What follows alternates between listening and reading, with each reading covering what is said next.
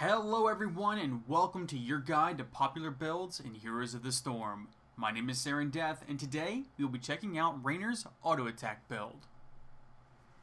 But before we get into any of that, a quick disclaimer. These guides are not written in stone. They are here to point you in the right direction, but ultimately they are a tool to help you learn the hero on your own.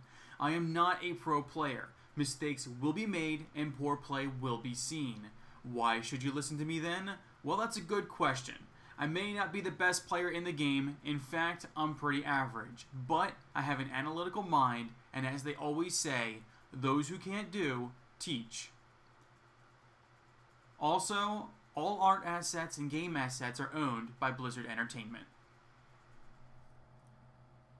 Now that we've gotten through that, let's take a look at Raynor. Raynor is a ranged assassin from the StarCraft universe. When Jim isn't chasing down Sarah Kerrigan, he is doing his best to stick it to the Dominion. He has a very basic kit that is easy to pick up and can have a massive impact on your game.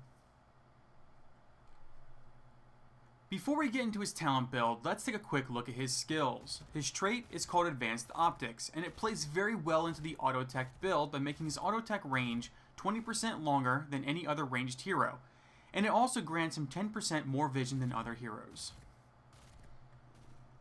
His Q is called Penetrating Round. This is a 12-second cooldown skill shot that fires off a round dealing heavy damage and knocking enemies back in a line. This is a very useful skill that does a decent amount of damage. Just remember, if you are chasing an enemy, be sure that the shot will kill them, or you may just bump them to safety. I honestly prefer to keep this ability in reserve as a pseudo escape. It isn't 100% reliable, but it can get you out of a tough situation. Raynor's W is called Inspire. This is a 10-second cooldown that once activated will boost your attack speed by 30% for 6 seconds and your allies' attack speed by half that. This ability plays very well into the auto attack build, allowing you to get more shots off and dishing out more damage. Raynor's E is called Adrenaline Rush. This is a 40-second cooldown passive ability that triggers automatically when you dip below 30% life, healing you for a large amount over time. This ability gives you a surprising amount of survivability. Just remember that the health comes back over time.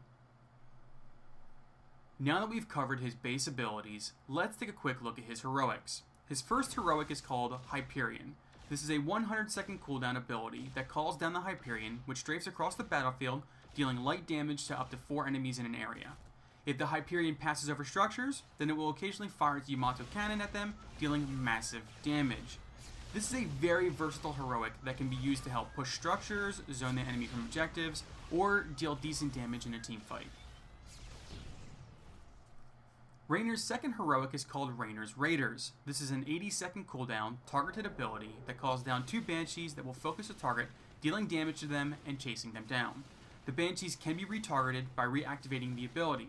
This heroic allows you to chase down enemies and deal decent amounts of single target damage. However, the Banshees can be killed and they can be hit by AoE abilities, which can limit their effectiveness. Now that we've covered the basic abilities, let's get into the talents. At level 1, you have a choice between 2 talents. The choice really comes down to the map you're on and your team's composition. Your go-to pick will likely be Seasoned Marksman, which allows you to increase your basic attack damage with every 6 nearby minion kills. Enemy hero takedowns count as 3 minion kills. Remember, you don't need to get the killing blow on the minions, they just need to die nearby. This is a fantastic talent that allows you to build towards the late game. Your other option is Give Me More, which increases the amount of healing you receive from your Adrenaline Rush by a considerable amount. I like to pick this talent up when the enemy team has a lot of burst damage and my team doesn't really have an answer for that, or when I'm playing on a map that I'm not going to be able to get a lot of good minion farm on. At level 4, you're going to take Focused Assault. This talent increases your auto attack damage by 60% every 10 seconds. The 10-second cooldown is reduced by 1 with every auto attack. So the more auto attacks you're putting out there, the more you will get the 60% damage boost. This talent fits very well with his base kit and allows for some serious damage output. At level 7, you have another choice to make. In most circumstances, you will go with Revolution Overdrive, which will grant you 10% movement speed when you activate Inspire. This movement speed is increased by an additional 5% for each friendly hero nearby when Inspire is activated. This talent can grant a great deal of mobility, allowing you to reposition or escape terrible situations.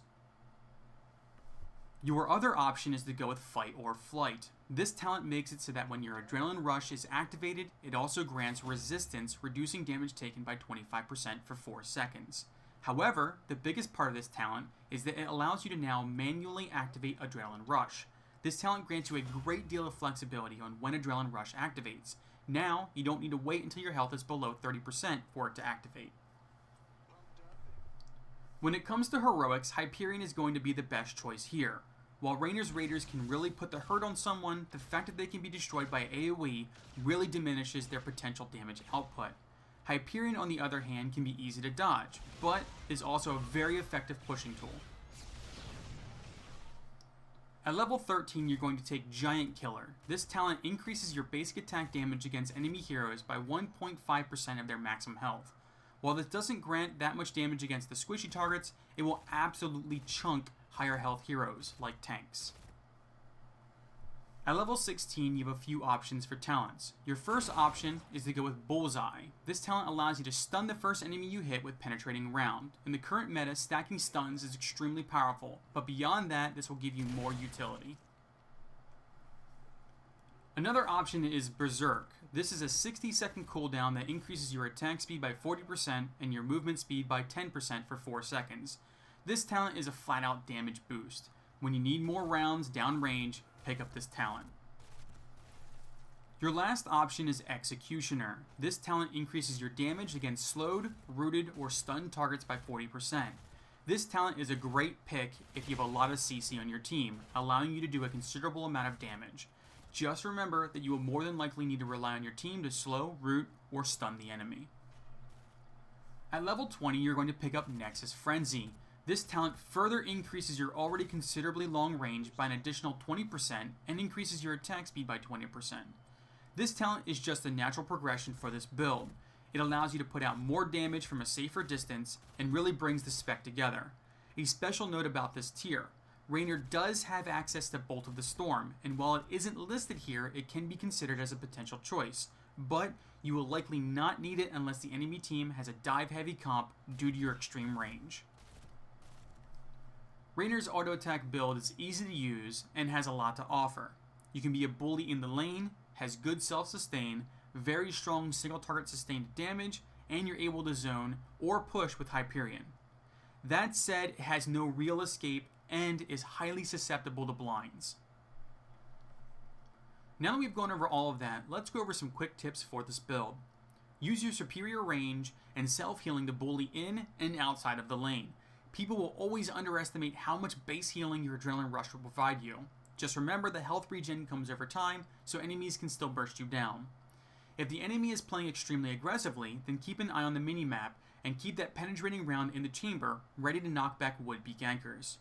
On smaller maps like Tomb of the Spider Queen, or maps where at least 2 lanes are close together, like the top 2 lanes in Blackheart's Bay, you can bounce between them to get extra stacks of Seasoned Marksman, giving you even more of a boost late game. On maps with a heavy pushing mechanic like Garden of Terror or Infernal Shrines, use your Hyperion to push with the objective. This will allow you to zone the enemy out of defending it and will take the objective down much faster. And while Inspire is fantastic for you, don't forget that your teammates also benefit from it.